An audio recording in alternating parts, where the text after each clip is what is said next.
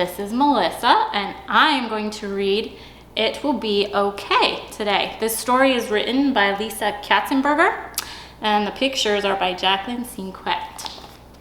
So here we go, let's dive in.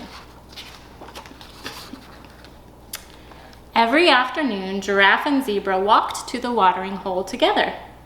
But today, Giraffe couldn't go. He would have to tell Zebra. Zebra?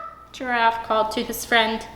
Zebra twisted this way and that, but he could not find Giraffe. Up here, Giraffe sighed. Zebra looked up, up, up. Finally, he spotted Giraffe, who was sitting in a tree, holding on for dear life. "What are you doing?" Zebra asked. "I saw a spider," Giraffe whispered. "But you are bigger than the spider," said Zebra. "Your eyelashes are longer than its legs." "I am scared," Giraffe said, his voice soft. "It might crawl up my hoof." "But you are stronger than the spider," said Zebra. "You're as solid as stone and as wispy as the wind." "I am worried." Giraffe's voice shook like his knees. "It might chase me." "But you are faster than the spider," said Zebra. "You'd leave him in the dust before he took a single stride. Come down from there." Giraffe shook his head. Zebra sighed. "It's just a tiny spider." Giraffe understood Zebra's frustration. It did seem kind of silly being afraid of something so small. But no matter, he was scared. He was worried. He was embarrassed. Giraffe expected Zebra to leave, but Zebra waited and waited some more. As the sun dipped down in the sky, Giraffe searched for the spider. He didn't see it anywhere. Giraffe was nervous about getting down, but his heart told him it was time. So little by little, leg by leg, Giraffe unwrapped himself from the tree. "Thank you for staying by my side," Giraffe said, even if it seemed silly. "It's not silly if it bothered you. I'm always here for you," Zebra smiled. "Let's go to the watering hole." Suddenly, Giraffe stopped.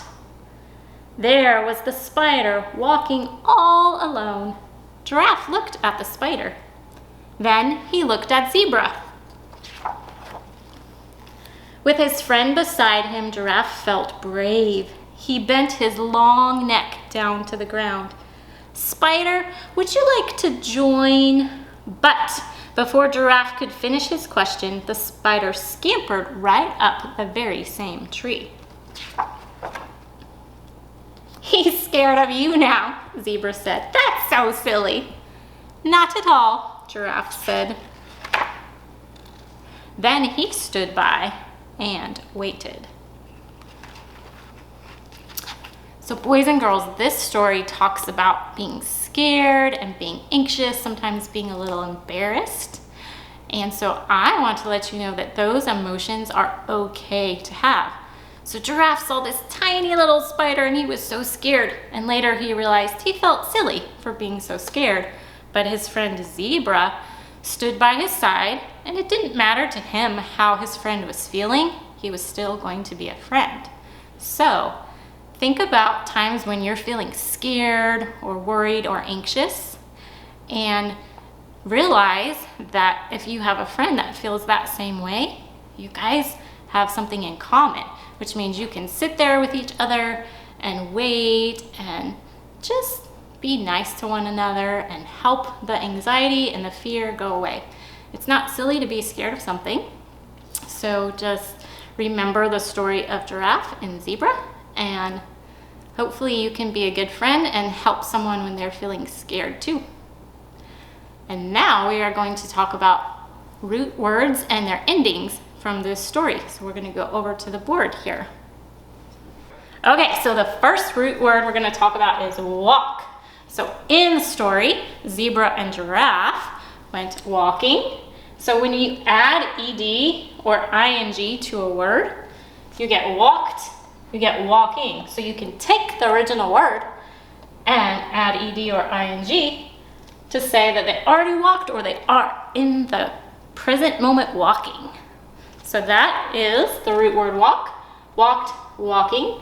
The next word we're going to talk about is twist. So twist is the root word. By adding ed, we get twisted, and by adding ing, we get twisting. So zebra twisted in the story to look for giraffe. So twist, twisted, twisting. So that is our word twist. And the next word we're going to talk about is whisper. So giraffe was whispering when he felt scared and he was talking to zebra. So by adding ed, we get whispered. And by adding ing, we get whispering. So we can add ed or ing to most words. And that is how we get whisper, whispered, whispering. All right, I've got one more word for you, so stay tuned. Okay, next we're going to talk about two words, leg and tree, and I'm going to show you how by adding an S, it becomes more than one. So leg and S becomes legs. So most of us have two legs, and in our story, zebra was telling giraffe that his eyelashes were longer than the spider's legs. Now the word tree, if I add an S, becomes trees, which means more than one. So giraffe had climbed up into this big tall tree, but they were also out in the forest. So there were lots of trees around them. So if we want to talk about more than one, we add an S, like legs and trees. All right, boys and girls, so now I am going to issue you a challenge. So stay tuned for that. Okay, boys and girls, here's what I want you to do. I want you to think of a friend you know that sometimes gets scared or worried about things happening in their life. And then I want you to think of something really nice you could do for them. Maybe you could take them their favorite candy, or you could take them a special toy, or maybe you could just sit with them while they're feeling scared or a little bit sad or upset.